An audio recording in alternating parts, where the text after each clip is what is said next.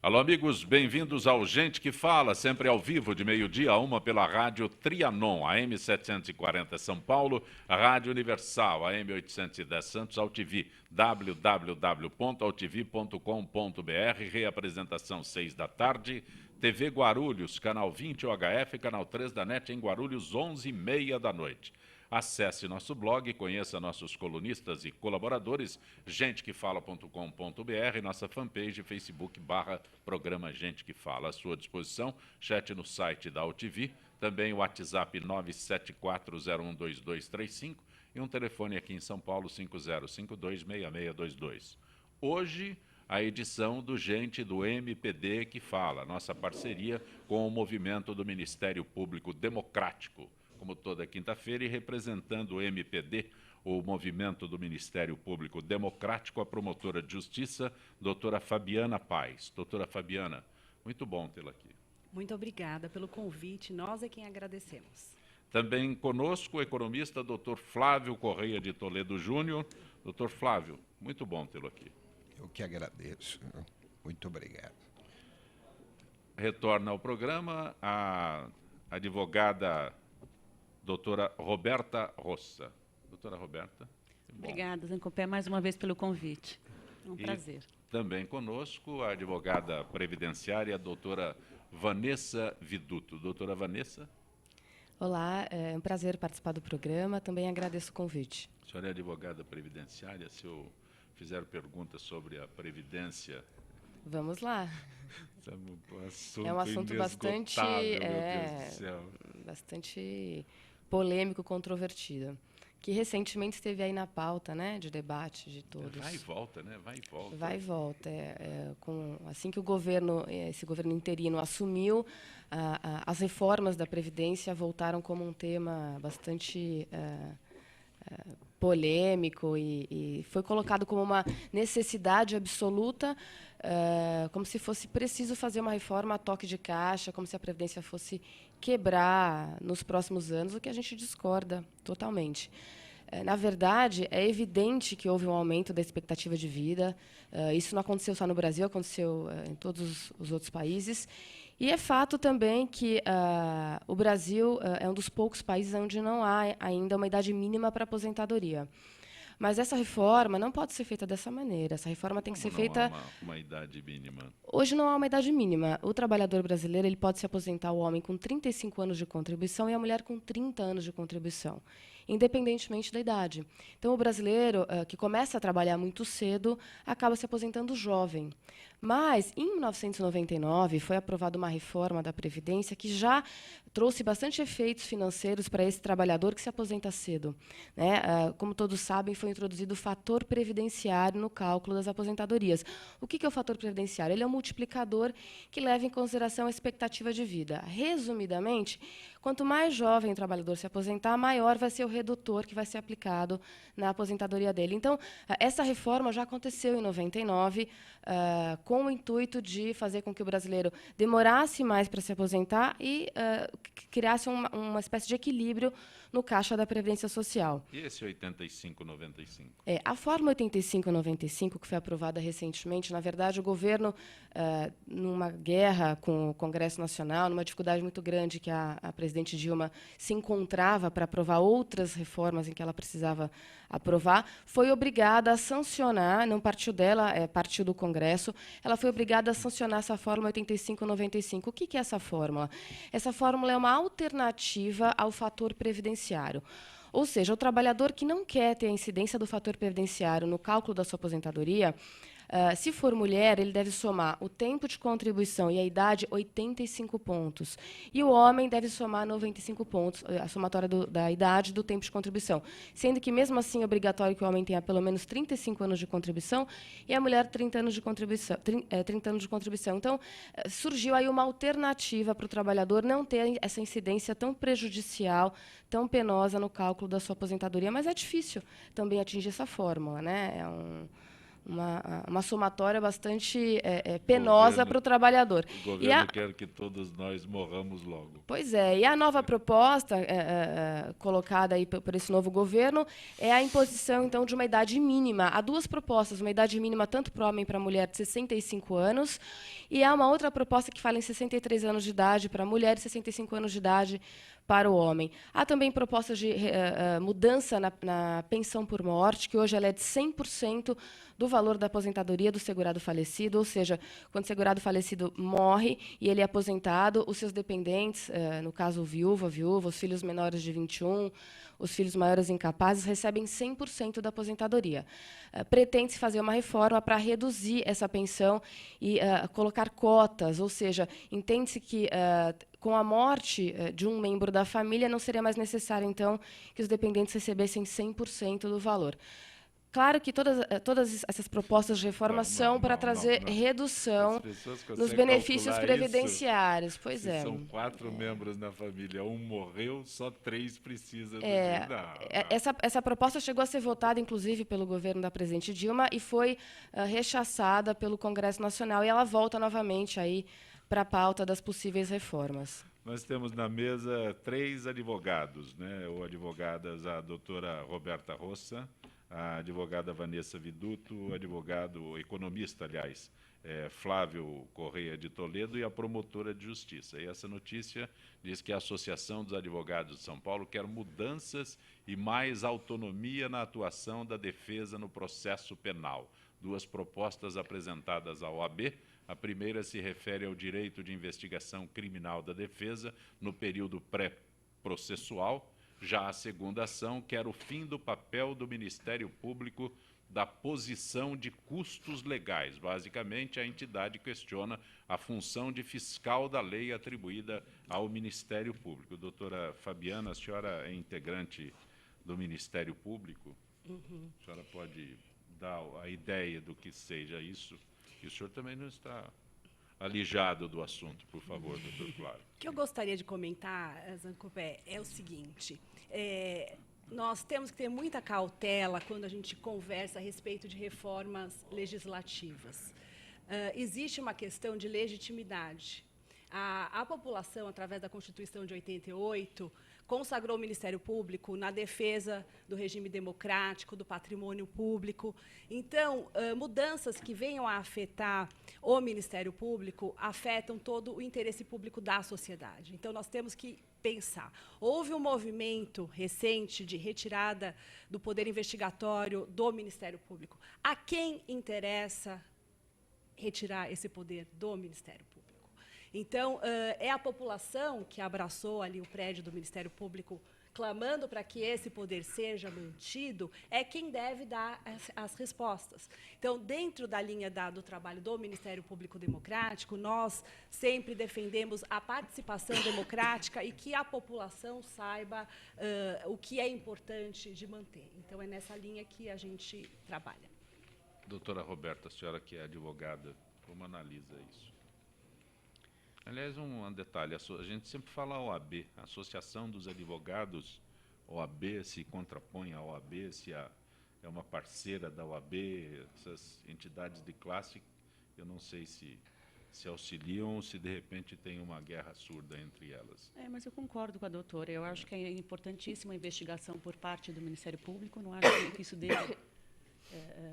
deva ter sido extinto, né? Como foi? Não é isso que a doutora falou? A investigação? E houve um Embora movimento, não seja a minha né? área, a área penal não é a minha área. Houve um movimento, que eu não sei a quem interessa isso, de retirar o poder investigatório da promotoria. O fato é que vários casos importantes de corrupção são apurados através desse tipo de investigação. Então, a população é quem tem que realmente, em última análise, entender a importância de manter os princípios da transparência e da prestação de contas. São 2 princípios, isso do direito internacional, que isso é dever de todo administrador. E se o Ministério Público pode colaborar para que esses princípios sejam efetivados, eu trabalho na linha da democracia e entendo que a população é quem deve dar a resposta se quer manter os poderes que foram conferidos à nossa instituição. Então, e esses poderes não são para trabalhar em favor do Ministério Público, são para trabalhar em favor da sociedade. Então, o Brasil já é um país que amadureceu, as suas instituições estão fortes, nós temos que ter o equilíbrio de poderes, que ter a participação democrática, é isso que vai fazer com que possamos evoluir nessa questão, né? E próprio E Estado tinha uma de PEC, defesa, né? Tinha uma PEC, PEC. diminuindo os poderes do Ministério Público de investigação, né? E depois, no movimento de junho de 2013, caiu a PEC, né? Mas esse Foi movimento, derrubado lá no ele vai e Congresso. volta, né? Ele vai e volta, ele é cíclico, né? Caiu agora e agora vem Eles querem retomar. um outro questionamento, né? Ele vai e volta. Então isso é preocupante, porque se as instituições estão consolidadas e se isso vai avançando para a democracia do nosso país, nós temos que pensar. Fazendo uma parte aqui, apesar de não ser minha área, né, também observo como leiga e vejo o seguinte: é inegável os avanços dessa parceria que o Ministério Público faz, inclusive com a polícia, na investigação e na apuração dos crimes. E é importante esclarecer que, uma vez colhidos indícios e provas, o Ministério Público vai oferecer uma denúncia para um juiz de direito que vai receber, vai acolher ou não aqueles elementos.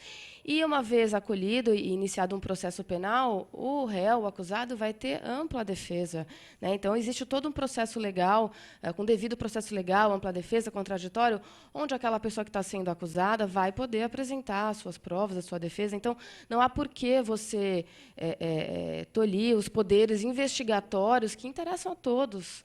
Interessa à sociedade toda que os crimes sejam apurados, que as pessoas que praticam crime com habitualidade comecem a entender que isso não vai mais acontecer, porque há um fiscal da lei, há uma parceria muito salutar entre Ministério Público e polícia, tanto em todos os níveis, né, Polícia Federal, Polícia Civil, enfim.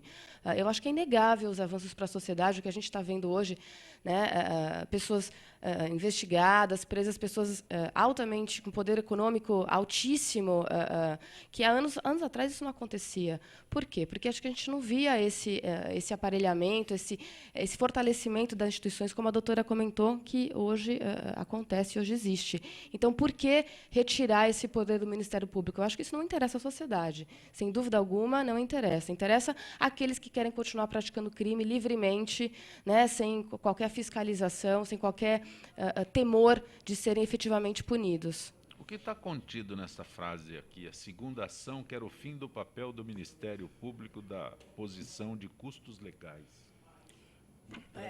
Isso para mim. A promotora, o promotor de justiça, ele exerce esse papel de fiscal da lei, né? Então, o que se pretende é modificar esse papel de custos legis de fiscal da lei do Ministério Público. O que nós defendemos, independentemente dessa discussão, que tem que ser democrática, tem que ser salutar e tem que ser feita, nós temos sempre que olhar o que está por trás das discussões, o que está por trás desse questionamento. Por isso que eu estou perguntando sobre... Então, por isso... Eles fazem pegadinhas. Vocês pensam que é fácil quando eles elaboram uma lei? Não, eles têm umas pegadinhas. Agora, no Senado, tem uma proposta do presidente do Senado que anula o processo de alguém que esteja, né, sendo processado se ele for divulgado na mídia. Então, por exemplo, o Delcídio teria todo o processo anulado porque saiu na mídia, coisas desse tipo. Essas pegadinhas, né, a gente descobre alguém que tenha que contar para a gente esse negócio. Por isso que eu estou perguntando o que está contido aqui. Então, é exatamente isso. Esse papel de fiscal da lei, de verificar como custos legis, né, verificar como agente que... Custos legis. Se a legislação está sendo aplicada ou não, né? Então, é um dos papéis da Promotoria de Justiça. Nós temos várias, e é importante saber que a Promotoria de Justiça trabalha com várias frentes de trabalho. Recentemente, eu tive bastante oportunidade de trabalhar questões de gênero também, questões de meio ambiente, questões... Então, não é a única frente de trabalho do Ministério Público. Isso pode afetar todo o funcionamento da máquina do Ministério Público, né? Então, o trabalho em prol da sociedade é uma questão que nós temos que verificar o que está por trás dessa questão e assegurar que os princípios que foram consagrados na Constituição de 88, que foram conferidos ao Ministério Público, se a população quer que assim o seja, que sejam mantidos. Ok. Um outro assunto, o Conselho Federal de Medicina anunciou semana passada nova resolução que determina que o parto cesáreo só pode ser realizado a partir de 39 semanas de gestação. Antes, a entidade estabelecia 37 semanas o período liberado para o procedimento. De acordo com a entidade, trata-se de uma resolução de caráter ético que busca assegurar a integridade do feto. Doutora Fabiana, doutora Roberta... Eu tive a oportunidade, Zancopé, de escrever alguns artigos sobre parto humanizado e sobre parto cesárea, e existe uma discussão entre dois valores, que seriam a questão do profissional médico, que, obviamente, é um profissional que estudou a parte da medicina, e a questão da autonomia feminina nessa discussão.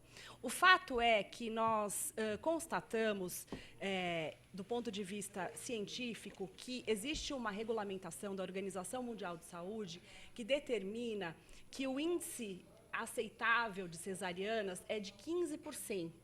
E no Brasil, nós temos na rede privada esse número em 80% e na rede pública 50%.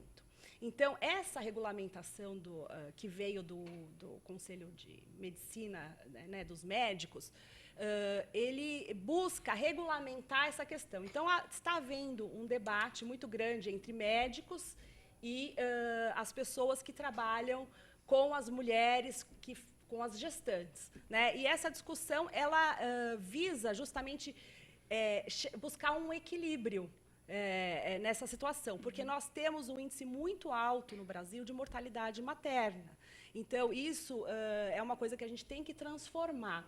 É importante essa discussão, ela é muito polêmica, mas é uma questão que eu vejo como primordial melhorar a assistência materna no nosso país. Eu acho que a redução, o alerta do Conselho Federal de Medicina é justamente por isso, para diminuir os partos prematuros. E por que, né, 39ª semana? Porque, segundo os médicos, é que o feto está formado, o cérebro, né, o pulmão e o fígado, né? Então, estaria fora do parto prematuro. Então, mas me parece que essa resolução serve para as mães que pedem, né? Pelo que eu pude estudar, as mães é que pedem esse parto cesáreo. Então, o pedido, você vê, 80% é altíssimo índice mesmo. As mães pedem, isso na privada, na pública 50%, 40%, 50%, mas esse pedido vem da mãe. Então, a mãe ela é obrigada a assinar um termo de consentimento, né, para evitar problemas éticos também. Para não sentir dor, né? Para sentir menos dor. Talvez o pedido seja esse, mas muitas vezes, você vê, antes era a 37ª. Então, eu acho louvável essa resolução, no sentido de que, se 37ª ainda não está formado o feto, por que vai consentir, né, se é a pedido dela? A não ser, obviamente, em casos em que, em exceção, em casos quando a mãe quero que se esclareça uma coisa. Isso me parece a contramão. Não é o médico que determina. Quando a mãe fala, eu quero ter, meu filho tem que nascer tal dia, meu filho tem que nascer numa sexta-feira, meu filho tem, é melhor a segunda-feira, é melhor a sexta-feira. Aí no final de semana a família Sabe visita, que eu acredito que há uma falta, né? Há uma falta de conscientização. Porque né? eu duvido que se um médico chegar para uma grávida e disser para ela que é muito melhor para o bebê que a gravidez vá a termo e passe da 37ª semana, ela opte por conveniência dela em ter o bebê antes. Eu acho muito difícil. Agora, na rede privada, o que me parece que acontece é que os médicos, por conveniência de suas agendas, acabam não informando corretamente suas pacientes, e aí esquece-se que o bem maior ali é o desenvolvimento do feto, o desenvolvimento da criança, né? Eu posso falar um pouquinho sobre isso, porque eu sou mãe de gêmeas, e as minhas filhas nasceram há 3 anos e meio atrás. E um dos riscos da gravidez gemelar é justamente o parto prematuro. E eu fiz de tudo para que a minha gravidez fosse o máximo possível para frente. As minhas filhas nasceram com 33 semanas. Com 32 semanas, eu recebi a notícia que uma das minhas bebês não estava recebendo alimento suficiente e deixou de crescer no meu útero. Então, e o médico me explicou o seguinte, que o ganho para uma criança dentro do útero de 1 semana, 1 dia, é muito grande, em comparação com o ganho dela a partir do momento que ela nasce, fora do útero. Que, então, a gente fez de tudo para segurar por mais 1 semana a minha gravidez, porque a minha outra bebê, que estava ganhando peso, era muito importante para ela, aquela 1 semana a mais. Então, eu acredito que falta um pouquinho de conscientização dos próprios profissionais, posso estar enganada, de explicar corretamente para as grávidas, para as mães, o que significa essa espera de 1 ou 2 semanas a mais. Porque eu acho muito pouco provável que uma mãe opte para que seu filho nasça antes por uma questão de conveniência de data, né?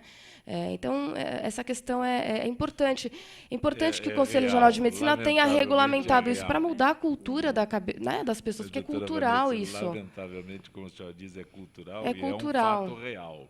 É um fato real, mas as pessoas precisam começar a entender e debater. E por que isso está sendo alterado? Vamos entender o porquê que passou de 37 para 39, por que precisa ter uma regra, e os médicos precisam até ser penalizados se não cumprirem, porque eu vi que tem penalidades, né, para o profissional que não cumprir essa regra. Porque o que está se visando aí é o bem da criança, o desenvolvimento da criança. E as evidências científicas, existe uma pesquisa, Nascer no Brasil, que constata exatamente isso, que o fato da criança nascer de cesárea prematura faz com que ela tenha problemas respiratórios, uma série de consequências. Então, esse abuso feto mal formado ainda. Feto mal formado. Então, e esse abuso é que veio. Agora, existem críticas também a essa questão, porque ouvi algumas críticas a respeito disso, no sentido de que essa regulamentação veio na proteção dos próprios médicos. Então, existem os 2 lados da questão. O fato é que o Brasil tem um índice significativo de violência obstétrica. Isso é uma violência que está invisível. Existe uma outra pesquisa também que constatou que 1 em cada 4 gestantes sofre esse tipo de violência.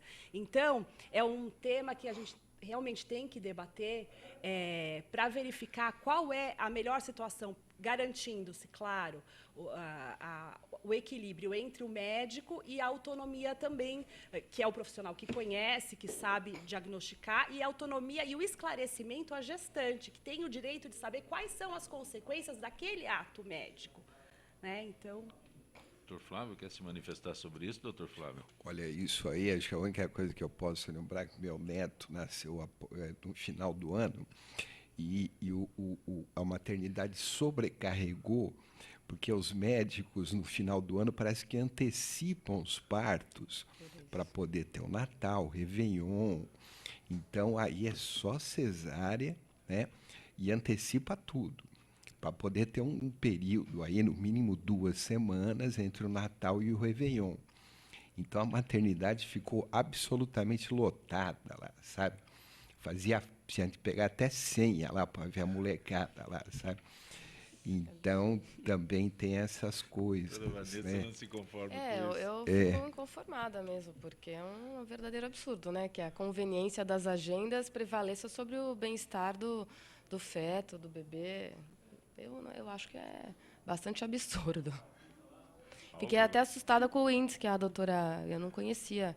Altíssimo, altíssimo. Existe uma discussão, existe até um documentário, Renascimento do Parto, que debate essa questão do parto natural. Existem as duas legislações do parto humanizado, que se essa legislação fosse, de fato... Por que parto humanizado? O parto humanizado é aquele que faz com que a gestante tenha acesso a um processo não dolorido, mais natural, que respeite mais a fisiologia da gestante. E em casa também, né? O parto humanizado é aquele em casa? Ou Não não necessariamente. Existem as casas de parto. Em vários locais, esse tipo de parto já é feito. O que é importante verificar é a relação entre o parto e o número de morte ou de internações em UTI neonatal de crianças e gestantes. Então, o parto humanizado, e a gente tem atualmente uma legislação para isso, ele possibilita adquirir essa percepção de respeito aos direitos humanos das mulheres também. Enquanto a senhora fala, eu fico pensando num aspecto. Nós estamos nos referindo ao universo de São Paulo. São Paulo é colocando Rio de Janeiro e Belo Horizonte, cidades, né, são mundos diferentes. Aí, se a gente adentrar este Brasil imenso aí, as pessoas não sabem absolutamente nada do que a senhora está se referindo. Parto humanizado, cesárea. Então, são mundos diferentes. A lei não chega lá, não, dona. É verdade. O nosso país é um país desigual, né? Em termos... Roberta, a lei não chega lá, não. Não, eu concordo que o nosso país... O índice de mortes é muito maior também. Nem está na estatística. Sim. Não, a pesquisa Nascer do Brasil faz esse diagnóstico. Ele faz um diagnóstico regional que existe uma dicotomia e um problema regional também. Porque, assim, como eu enxergo a questão, nós atingimos o padrão da universalidade, todos têm o acesso à saúde. Nós precisamos trabalhar agora numa segunda linha, que é a da qualidade da assistência. E com certeza, nos estados mais afastados, eu já tive oportunidade de estar no Peru, representando o Ministério Público Democrático, tive no norte do Brasil também, também em outras oportunidades, e com certeza a qualidade da assistência em alguns estados e os equipamentos, eles infelizmente não existem, mas nós temos que caminhar para essa distribuição mais igualitária, sem dúvida.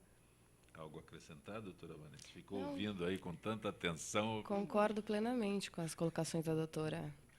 Há que se trabalhar a necessidade de aprimorar agora a qualidade, né, do serviço, num momento tão importante, tão crucial, que é o nascimento de um ser humano. Nós estamos com gente do MPD que fala. Nós vamos para um intervalo e retornaremos em instantes. Gente do MPD que fala.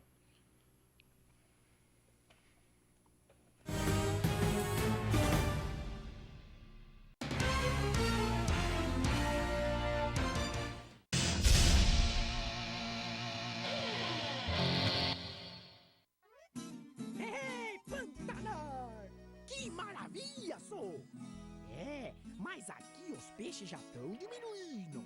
Por isso, é bom cuidar e proteger os rios é aqui, ó, de onde eles nascem. O Pantanar depende das nascentes e das cabeceiras. E nós também, ué. Então, pessoal, vamos ajudar. Afinal, tamo tudo junto, no mesmo barco.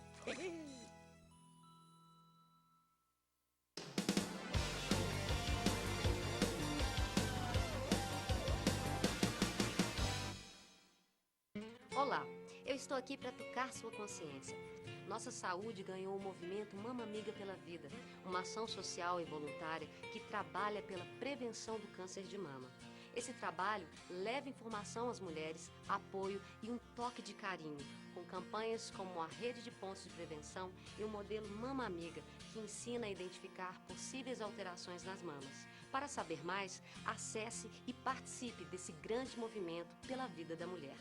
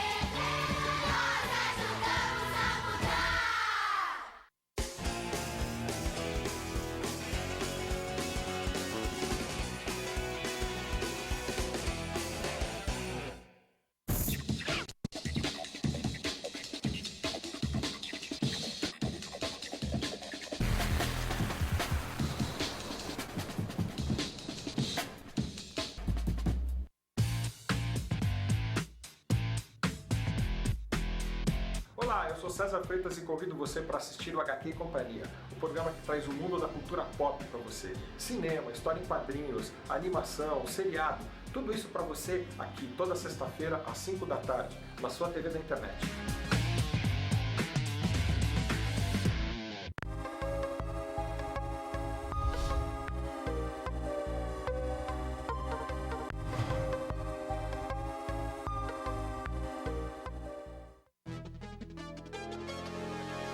Dengue, zika, chikungunya. Falamos ao vivo do Mundo Consciente. Aqui todo mundo tampa a lixeira, tira a água do pneu, põe areia no vaso de planta. Nossa, quanto mosquito aqui! Ô, Rodinho, colabora aí. Por que você ajuda a mudar? Porque eu quero um mundo consciente. Nós ajudamos a mudar! E você?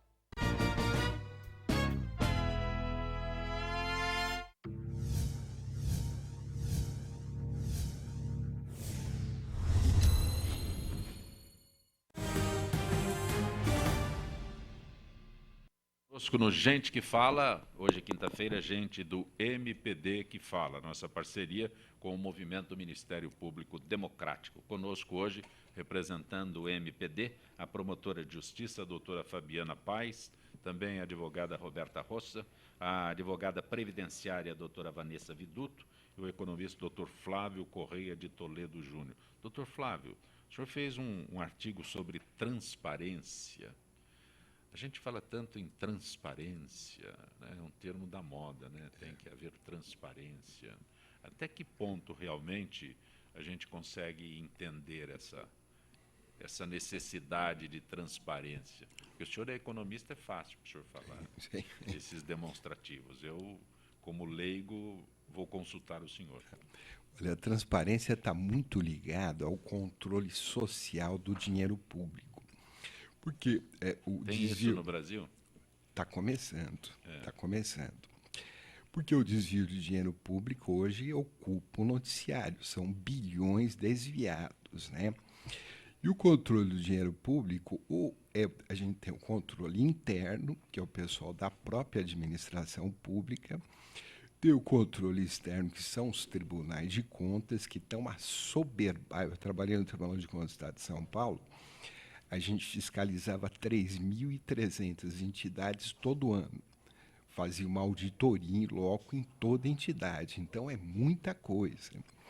Então, está se apostando muito no controle social. E a transparência para o controle social, para saber o que está acontecendo, como é que está sendo movimentado o dinheiro público, é fundamental. E hoje em dia, os demonstrativos são uma coisa terrível, ninguém entende, é um enigma, é uma numerologia, um monte de números, não permite comparação, né? Então, eu até penso assim, seria até uma pena alternativa para um delinquente, em vez de oferecer cesta básica, ter que entender esses demonstrativos fiscais, são terríveis, ninguém entende nada. Então, aproveitando que está no Congresso Nacional, na pauta de emergência, a Lei da Qualidade Fiscal já passou no Senado e deve ser aprovada na Câmara Federal, né? Então, a proposta é que os tribunais de contas possam oferecer dados importantes para o controle social. Então, colocar, por exemplo, por município, você pode colocar município pequeno, médio e grande e fazer indicadores comparando. Por exemplo, o preço da coleta de lixo. Vamos supor que município, até 100 mil habitantes, a média seja 1.000 por tonelada colhida. Aí o controle social, a população vê que no meu município estão pagando 5 mil. 5 vezes mais. Obviamente, vai ter uma repercussão local. A oposição, a imprensa vão mexer bastante. Ou, por exemplo, uma coisa que está sendo muito contestada são cargos em comissão, que é sem concurso público. De repente, a média nos municípios da mesma faixa populacional é 10% do todo. Aí eu vejo no meu município é 30%, 40%. Isso já vai dar um impacto local. A imprensa, a oposição, a população. Há necessidade de uma lei? Eu fico sempre, quando se fala numa lei, né, o senhor propõe aí uma lei. É que já está tramitando. Leis aos montes, não é? Precisa de uma lei específica para isso, né? Já não, se alguém usa mal o dinheiro público, já não está evidente que isso aconteceu, aí precisa de uma lei para penalizar naquele item específico. Não, essa lei seria, por exemplo, para instrumentalizar os tribunais de contas a receberem as informações de todas as despesas e receitas, né? Saber o custo por cada fornecedor e fazer uma sistematização e comparar, entendeu? Para fornecer para a população indicadores muito fáceis. Porque eu imagino que esses indicadores já existam. Eu leigo, eu imagino que já exista. O Tribunal de Contas é informado. Mas não chegam em tempo real todas as informações. Sabe que entendeu? eu queria fazer Seriam uma todas colocação, informações. que eu acho que é muito importante essa colocação, Zancopé, a respeito... e a lei, só a lei? Quer dizer, uma lei sem efetividade não vai cumprir o seu papel. A contribuição que eu gostaria de fazer é o seguinte: eu trabalhei muitos anos com a área de improbidade administrativa e me parece que, além da lei, nós precisamos de políticas públicas de aparelhamento dos órgãos. Então, por exemplo, o Tribunal de Contas, com um grupo significativo de técnicos para que possam analisar essa documentação. A Promotoria de Justiça especializada em improbidade administrativa. Nós temos isso aqui na capital, mas pelos municípios afora, o promotor trabalha com improbidade administrativa, infância e juventude, criminal, diversas atribuições, o que faz com que nós tenhamos dificuldades de estabelecer uma efetividade para essa lei, que eu acho que é o que a preocupação. Sim. É uma lei que está aí e que não vai ser efetivada. O caso que o doutor Flávio coloca é não chamando de lei, mas é um item específico. Um item específico para divulgar no site do Tribunal de Contas, por município, essas coisas onde acontece o desvio do dinheiro público, né? E a população teria acesso comparando com municípios do mesmo porte. Perfeito. Porque a Constituição prevê o controle interno. Mas você pega um município pequenininho, o controlador interno, se ele apontar algum desfalque do prefeito, ele está morto, né? Ele vai trabalhar num porão, no almoxarifado, vai tirar xerox, vai ser encostado, não vai ter proteção nenhuma. Sim. O controle externo, o tribunal está muito assoberbado com muita coisa, que olha tudo. E o controle social seria...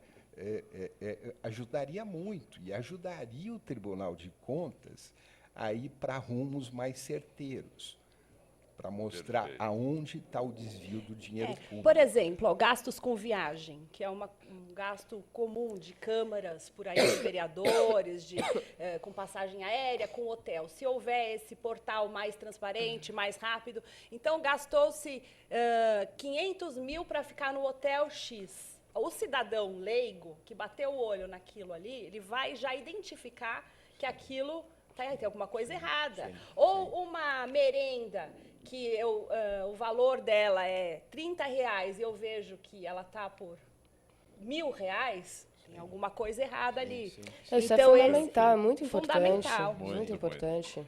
Deixa eu aproveitar, porque toda quinta-feira nós temos a participação da Associação dos Funcionários Públicos do Estado de São Paulo, Gisele Souza, do setor de eventos da FIPESP. Boa tarde, Gisele. Boa tarde, Zancopé. Boa tarde aos debatedores e aos ouvintes do Gente que Fala.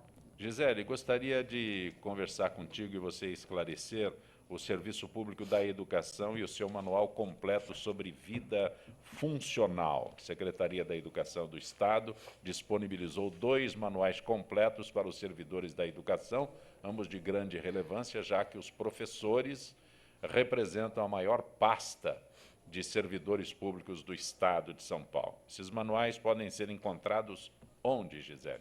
Então, Zancopé, podem ser encontrados no portal da Secretaria de Educação do Estado de São Paulo. no www.educação, sem cedilha e sem acento, .sp.gov.br. E está liberado para qualquer pessoa que tiver interesse ou dúvidas sobre os direitos e deveres do funcionário público da educação.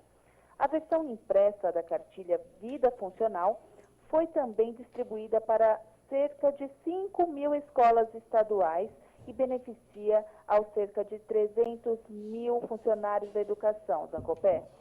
Gisele, quando a gente fala sobre manual completo da vida funcional, qual é o conteúdo desses manuais? No volume 1, é possível conhecer as regras de como funciona, por exemplo, o concurso para o ingresso no magistério estadual. Também nesse mesmo volume, o servidor público da educação terá conhecimento a respeito dos trâmites administrativos de sua carreira, como as regras para a licença médica. E há algo de novo nesse complemento de manual, Gisele?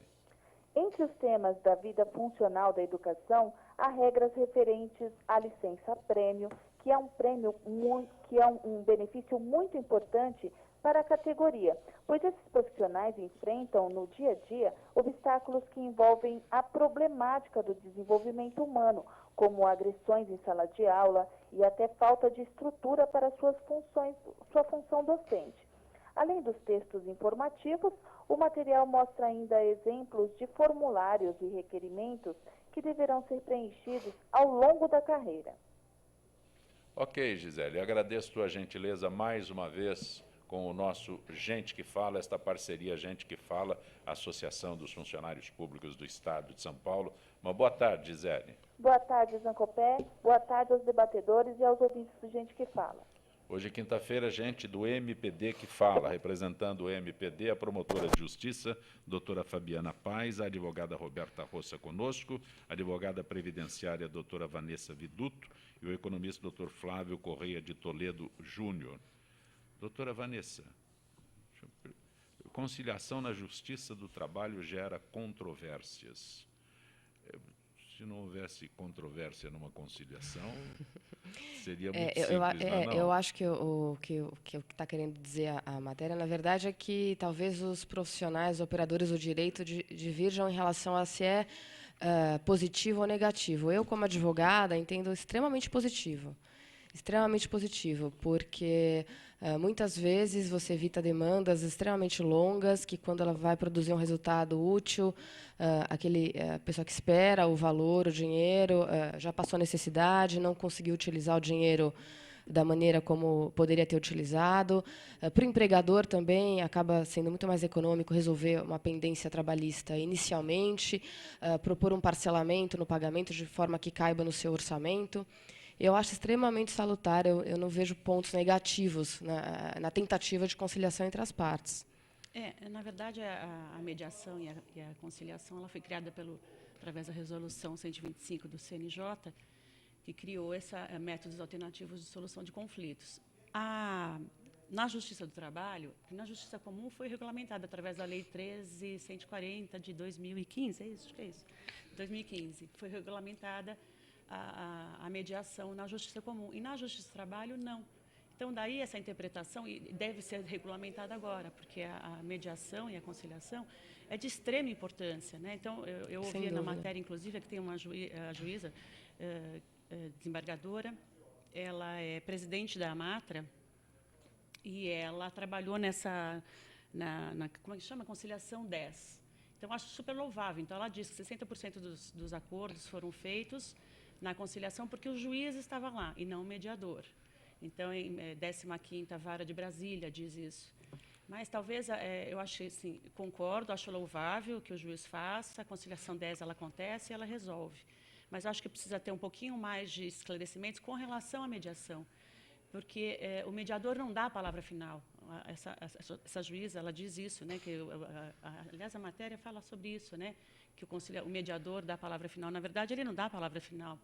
O mediador, que ele é capacitado mesmo, ele deve ser para isso, ele proporciona o diálogo entre as partes, ele favorece o diálogo, mas tem vários métodos de mediação e etapas que devem ser seguidas, é obrigatório. Quem não chegaria ao juiz, é isso, o mediador faria Ele faria, papel do juiz. não teria a presença do juiz, aliás, Sim, é justamente por isso... Eliminaria É justamente para desafogar a o chegada judiciário. ao juiz, A não é? ideia é desafogar o isso. judiciário mesmo. Então, o mediador, ele colabora... Mas existe a figura do mediador?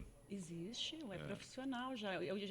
Cursos de capacitação, precisa ter o curso de capacitação e ele precisa exercer todos os métodos que existem, que são muito importantes, sob pena, inclusive, dele ser extinto, dele ser excluído como mediador. Ele não pode pré-julgar.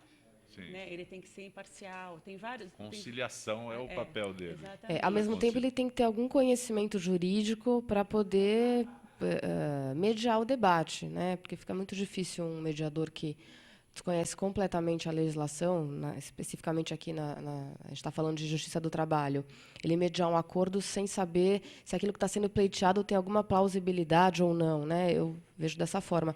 Eu participei de algumas conciliações com o mediador e concordo que a figura do juiz acaba, muitas vezes, fazendo diferença quando a tentativa de conciliação é proposta. Muitas vezes dificulta. Sim. Olha, a pergunta é do Jaime do Jardim Bonfilholi para a doutora Vanessa e doutora Roberta. Qual a opinião da senhora sobre depoimento por videoconferência? Eu acho que a videoconferência, eu acredito que ela possa ser, ela é bem-vinda em qualquer... Não acho que ela não é tão usual, mas, aliás, tem uma juíza, me parece, que está fazendo até por WhatsApp, né? Eu vi isso no depoimento, audiências pelo WhatsApp. Eu vi isso na internet. Queria saber se isso é... Eu acho que videoconferência, eu acho que sempre é bem-vindo, a partir do momento que as partes estejam presentes. Existe a mediação eletrônica na Espanha. Eu tive a oportunidade de fazer pós-graduação em mediação na Espanha, mediação e conciliação, enfim. E lá existe a mediação eletrônica, quer dizer, então é feito através de uma videoconferência e existe resultados muito bons na Espanha. Então, não sei se no Brasil isso vai ser... Eu acho que todo o avanço tecnológico que vem para propiciar facilidade, otimizar o tempo e produzir resultados mais eficazes são bem-vindos. Não tenho experiência prática, porque participei de muito poucos depoimentos através de videoconferência. Participei de alguns julgamentos nos juizados, na turma recursal do Juizado Especial Federal, em que alguns juízes que compunham estavam fazendo através de... E foi muito bacana a videoconferência. Mas, por exemplo, na área penal, não é a minha área, mas eu imagino que talvez na área penal seja um pouco mais complicado, né, doutora Fabiana? Então, eu vejo como positivo, nós estamos trabalhando com um depoimento sem dano de criança, que é feito através da videoconferência no próprio... Está iniciando esse trabalho. Isso é muito positivo, porque se você tem uma criança vítima de um crime sexual, por exemplo, e ela está num outro ambiente, com uma psicóloga, num ambiente acolhedor, e aí é feito por videoconferência, os advogados, os promotores, a juíza vão acompanhar o caso. Eu vejo isso como positivo. Depende da forma que for aplicado. Né? Há um questionamento a respeito da videoconferência e a questão do direito à ampla defesa, mas certamente temos que assegurar o direito à ampla defesa, mas tudo depende da forma como esses mecanismos de tecnologia serão utilizados. Nesse exemplo que eu dei, eu vejo como positivo. Doutora Fabiana, a Marcela do Pacaembu pergunta a sua opinião sobre a revogação pelo STF da prisão do ex-ministro Paulo Renato. Paulo Bernardo. Acho que é Paulo Bernardo, né? Paulo Renato. Paulo Bernardo. Marcela, acho que é Paulo Bernardo, né? O Supremo Tribunal Federal, que é a nossa corte maior, tem a soberania para decidir a respeito dessas questões.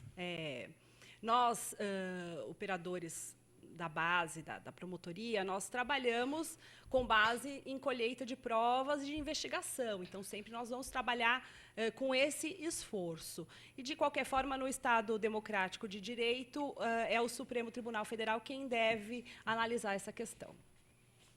Olha, 10 atletas brasileiros fizeram uma espécie de delação premiada para ajudar autoridades no combate ao doping. Os envolvidos, os nomes são mantidos em sigilo, foram pegos em exames pela Autoridade Brasileira do Controle de Dopagem e aceitaram contar como tiveram acesso aos medicamentos em troca de punições reduzidas, né? a ABCD, que é o órgão do Ministério do Esporte, encaminhou os depoimentos dos atletas ao Ministério Público de São Paulo. Doutora Fabiana, doutora Roberta, doutora Vanessa, doutor Flávio. Delação premiada chega no esporte. Pois não. Daqui a pouco até em creche vai ter delação premiada. As escolas. Justamente acredito que é para saber de onde essa medicação, que é o APO, EPO, né? Da onde ele vem, exatamente. Então, a delação quem fornece, né? Quem fornece inclusive, é uma medicação altamente, é EPO mesmo, altamente agressiva, porque ela é utilizada para pessoas que têm câncer em grau avançado, né, e anemia profunda. Então, assim, a ideia é essa. Aquele ciclista Lance Armstrong, né, foi pego no foi doping, com né? essa substância. Ele foi banido do esporte por conta disso. É uma substância que, além dela tornar a competição desleal, porque os atletas que utilizaram do doping, obviamente, vão ter uma performance melhor, ela é prejudicial à saúde do atleta. Imagina um atleta que usa a longo prazo uma substância dessa, o que acontece com a saúde dele. Então, é interessante, sim. Eu acho bastante interessante que seja um método de você chegar a essas pessoas que lucram, né, com esse material, com essa medicação de forma ilegal e produzem malefícios tanto à competição, ao esporte, quanto à saúde dos atletas. Mas está correto dizer que é uma delação premiada, um negócio desse, doutora Fabiana? Então, no caso da delação premiada, nós temos uma possibilidade de alguém fornecer uma informação que vai gerar um determinado resultado, né? Eu não acompanhei de perto essa questão dos atletas, mas, na forma como eu penso, nós devíamos pensar em trabalhos mais preventivos.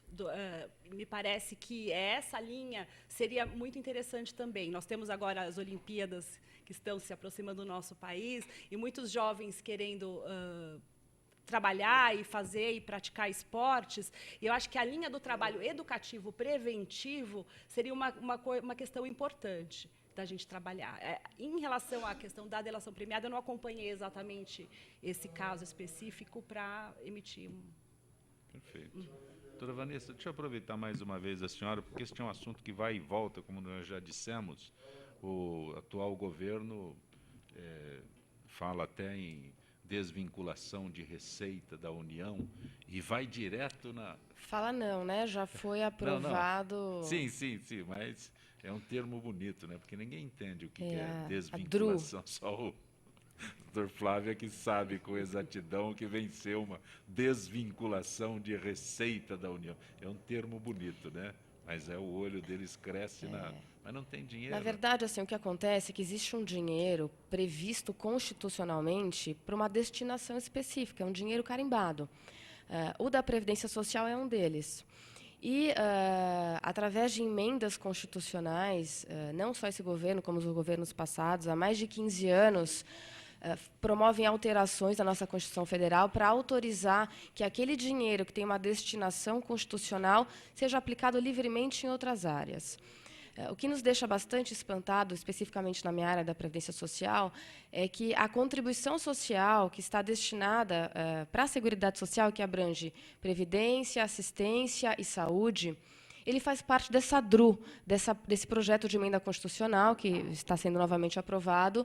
Ou seja, você vende a ideia de que a Previdência é deficitária, a Previdência vai quebrar, não tem dinheiro para pagar as futuras aposentadorias, e, ao mesmo tempo, você aprova uma emenda constitucional que autoriza você desvincular. Antes era 20%, agora essa PEC que está em votação e já foi aprovada parcialmente, passa de 20% para 30% e aumenta o prazo de validade dessa emenda constitucional. Você autoriza a desvinculação da receita de uma previdência que supostamente é deficitária. Então, são situações bastante incoerentes, a nosso ver.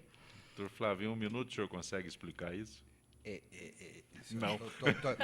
Totalmente de acordo. Se está faltando dinheiro para Previdência, como eles estão falando, né? Agora vão desvincular, vão tirar uma parte da contribuição previdenciária. Uma parte do que não tem, é isso? Não, uma parte do que não... Se não tem, né, como é que vai tirar? Né? Ficou uma coisa... E depois, em nível por exemplo, da Previdência de servidor público, eu mexi um pouco com isso no Tribunal de Contas, a gerência é muito mal feita. Então, teve muito município que perdeu dinheiro do Fundo de Previdência, porque aplicou no Banco Santos, um tal de Banco do Cacique, que tudo fechou. Eles perderam todo o dinheiro. Então, é mal gerenciado também. Então, não pode se culpar só Existe alguma penalidade quando alguém, um prefeito, pega o dinheiro e aplica num banco, um Banco Santos, que é o porque exemplo? é uma certa autonomia. Aí tem um conselho que é o gestor do Fundo de Previdência. E não tem, porque eles falam... Não se responsabiliza ninguém. É um banco que funcionava, estava credenciado pelo Banco Central, é um banco oficializado. Teoricamente idôneo Então, até aquele momento. Exatamente. Dr. Flávio Correia de Toledo Júnior, eu agradeço a tua gentileza de ter participado desta edição do Gente do MPD que Fala. Muito bom. Eu que agradeço. Doutora Vanessa, muito bom tê-la aqui. Eu que agradeço o convite, fico à disposição. Doutora Roberta Roça. Obrigada por mais essa oportunidade, eu que agradeço, Sancopé. E o nosso Gente do MPD que Fala é graças a esta parceria do movimento do Ministério Público Democrático, hoje representado pela senhora doutora Fabiana Paes. Muito bom. Agradeço bastante o convite e parabenizo pelo excelente programa. Gente que Fala tem a direção-geral do jornalista Fausto Camunha, a diretora de produção Zenilda Salvato, redação Pedro Esquiavon, produção cultural Ricardo Godoy, na rádio Trianon, Benebene, Cléo Rodrigues, Neildo Neres, Ricardo Valim, na direção da TV Guarulhos, Fernando Mauro, na direção da UTV, Alberto Luquete, na técnica James Eduardo, Marcelo Fontan, Sérgio Oliveira e Iago Matsumoto. Estaremos de volta amanhã, meio-dia. Gratos, até lá.